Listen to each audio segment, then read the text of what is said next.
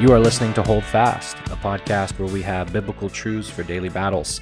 My name is Kenny. I am the host of the podcast, and most of you, probably all of you know, who listen to this, that I am the pastor of MissionWay Church here in Jacksonville, Florida.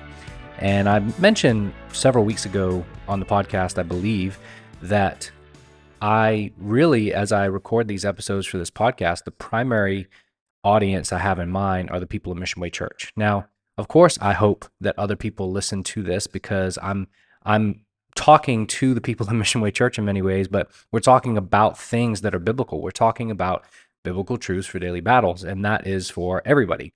Now, there are times on the podcast where I get really specific to the life of MissionWay based on something that we're either teaching on or just something that we're going through as a church.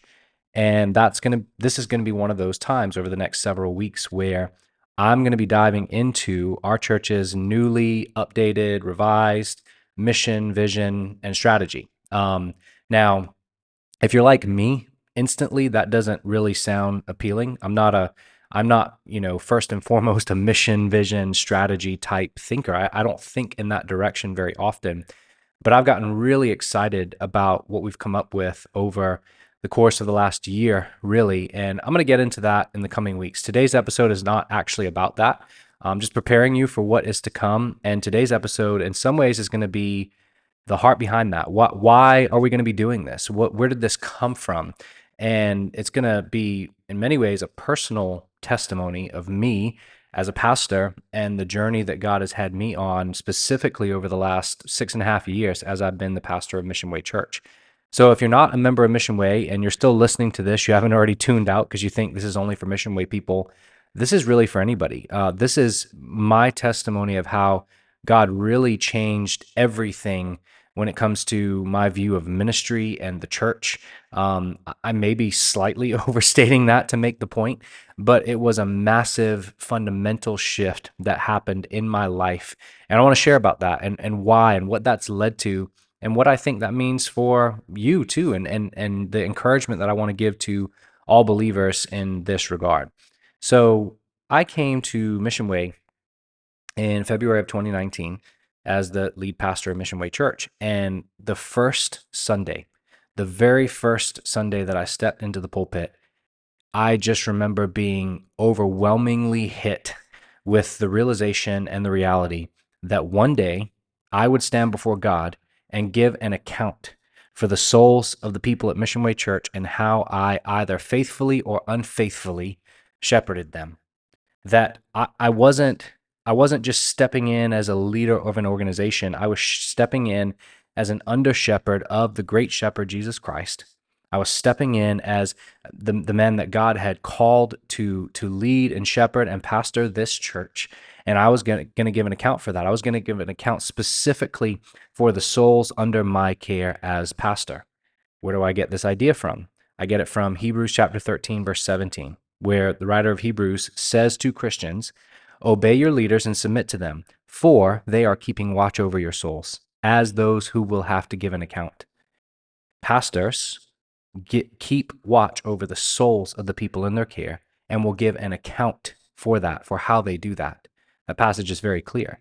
I also think this is really put forth in Acts chapter 20, verse 28, when Paul, speaking to the Ephesian elders, says, "Pay careful attention to yourselves and to all the flock in which the Holy Spirit has made you overseers, to care for the church of God, which he obtained with his own blood." Don't forget the seriousness of this. Don't forget the high calling of this. Charles Spurgeon, story is told of him that a young pastor came to him one day and was complaining to Charles Spurgeon about how small his church was. He was upset that his church wasn't bigger. Charles Spurgeon pastored churches that were pretty large and often drew large crowds with his preaching. Very faithful preacher. And so this young minister maybe envied that and went to Spurgeon and was complaining that his church was too small. And Spurgeon replied something like, "Maybe it's just the right size for you that you would desire to give an account for." Maybe in other words, your church is not growing because you've got the wrong idea. Because you think it's about the size of your church. You think it's about the spread of your influence. You don't realize the calling that you have, that you will give an account for the souls of the people in your care.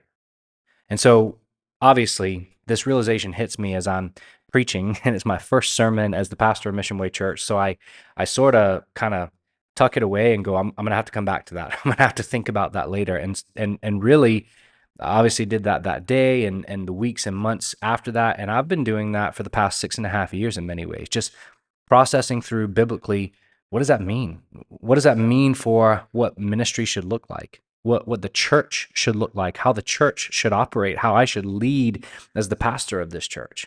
And I realized that ministry as a pastor wasn't primarily about getting people through the door of the church. When you're in Bible college and seminaries and even young in ministry, there are a lot of people that will tell you, there are a lot of conferences that you go to that will drive home this point that your goal as a pastor is to get as many people through the doors as possible.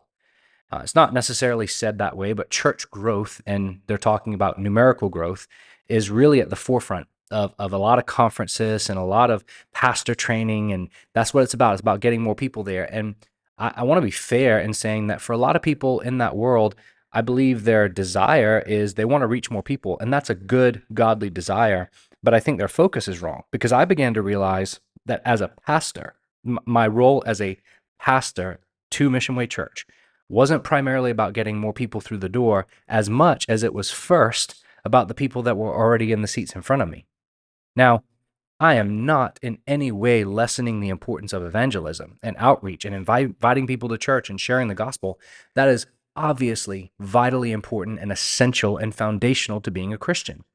But pastors, the role of pastor is given to the church in order to equip the saints of the church. Pastors aren't first and foremost evangelists trying to get lost people through the doors of a church. We want to get lost people through the doors of a church. That is one of the things that we can and should do. It's right to do. But our primary focus, our primary calling as a pastor in the office of pastor is to equip the church. I'm going to preach that passage this Sunday at MissionWay. Ephesians chapter 4, verses 11 through 16 says that God gave pastors and teachers to the church to equip the saints for the work of the ministry. So this really began to shift massively how I thought about ministry, because as a youth pastor, especially before I came here to MissionWay Church as a lead pastor, I was a student pastor. And so much of my time was spent planning events and organizing youth activities and hanging out with students, and all of that is good and right and has its place. But I didn't spend the majority of my time on shepherding. And I initially was kind of bringing that mindset of a student pastor into the role of lead pastor and thinking, I need to help this church grow. I need to help this church have a greater impact in the community. We need more events. We need more of all this stuff. And all of those things, again, have their place. But when I realized something I already knew, but it hit me really hard, I realized I'm going to give an account for these souls in front of me. I've got to change my approach to ministry. Something has to change.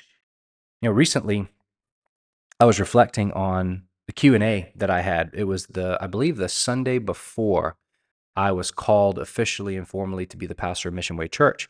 We had a gathering with the members after worship service, and I was there to talk to them, and they asked me questions. Some of you listening to this may remember that day. I remember that the very first question that was asked was, what is your vision for this church? That was the very first question that was asked. I mean, right out the gate. And I remember who asked it, and you may know who you are if you're listening to this. I loved the question. It's obviously an important question. But they asked me, what's your vision for the church? Now, at the time, I'm 27 years old. I'm a new pastor coming into a new church. Thankfully, due to the wisdom given to me from other pastors in coming into this role, I realized that what I needed to say was, I don't know exactly what the vision for this church is yet, because I still need to get to know the church. I need to spend this first year of ministry here getting to know people and understanding the history of the church and the makeup and the culture, and then we can begin to talk about vision. And I'm thankful I answered that way. And I probably would still answer that way if I had to do it all over again, because not only was all of that true, what I didn't know that I realize now is that the Lord was also about to take me personally through a fundamental change in the way that I viewed ministry. So had I tried to answer that question of what's your vision for the church, I may have answered in a very different way than I would answer that question today. because the Lord has, I believe, through His Word, through His Spirit, shaped my understanding of ministry in some really, really significant ways. And I would say that shaping, that understanding has been happening and developing and solidifying more and more and more over the past 6.5 years of being the pastor of MissionWay Church. And a little over a year ago, I was struck with the conviction that my week was spent doing a lot of things, a lot of really important things, a lot of necessary and biblical things as a pastor, studying for sermons and prayer and counseling. But I also realized I had a lot of things in my schedule that were not things that I needed to be spending my time on as a pastor. So an example would be I was in the auditorium helping an outside organization that was going to use our auditorium for an event. I was helping them set up tech, and I was spending 2 hours doing that. And I'm going, that's really time that I should be committing to discipleship. That's time I should be committing to shepherding the souls of the people in MissionWay Church. I mean, somebody needs to help these people do this tech stuff, but it doesn't need to be me. I need to be called. I need to be back in the field of discipleship with the people, doing what God's called me to do. And I made a commitment that week to change my weekly schedule to have more time for discipleship, to reflect that conviction I was having. And that then led to more and more conversations with staff and elders, who some were starting to feel very similar ways, where we started to realize that Mission Way had a long way to go in regards to discipleship as well. So one thing led to another, and the staff and elders began a year-long process where we ended up revising and rewriting our mission, vision, values, and strategy. We were assisted to have the conversation by First Coast Churches. That is a local Southern Baptist organization that just comes alongside of churches and pastors. And all they did was really just help us have the conversation. They didn't tell us what to think, what to write. They just helped us ask the right questions and get to the conclusions we needed to get to. So grateful for their help in that process. And it's been a year-long process, as I said, where we have come to a new, updated, revised mission, vision, and strategy. It's a tongue twister if you're not careful, if you say it too fast. And it's not just a mission statement. What we've come up with, what has come out through this time, is really the way that we at Mission Way express what the biblical call of the church is. This mission statement, these values, I believe, are things for every Christian, whether you're a part of Mission Way Church or not. It's not just the leadership of Mission Way expressing our passions and our heart for ministry. This is a call to action. This is what I want you to understand as I begin to kind of come to the conclusion of this podcast episode, this introduction to all of this. I need you to understand that what we're going to be going through at Mission Way Church on Sunday mornings, on this podcast, in our discipleship groups over the next 4 weeks throughout the entire month of October, is not just a new mission statement. It is a call to action for every one of us. It is me as your pastor saying, church, here are our marching orders. Please come with me. I hope that you'll join us on Sundays. I hope that you'll plug into a discipleship group. You have men's groups and women's groups. You can find information for those on the website. There is an adult Sunday school group that's going to be happening every Sunday in the month of October. Typically, that group is the second and fourth Sunday, but for the entire month of October, every Sunday, we're going to come together and we're going to discuss this new mission and vision and what it means for us, what it calls us to action in. I hope that you'll recognize that He's called you to ministry. What I'm going to preach on this Sunday is that as a pastor, I'm not called to ministry. I'm called to equip the saints for the work of the ministry. And I say that in that way because it doesn't sound right at first, so I say it intentionally to grab your attention. But as a pastor, according to Ephesians 4, my calling is not first and foremost to just do all the ministry. My calling is to equip you, the saints, for the work of the ministry. And obviously, I join you in that work, but that's my call. That's the call of pastors and elders, to equip the saints for the work of the ministry. So I hope you'll be there.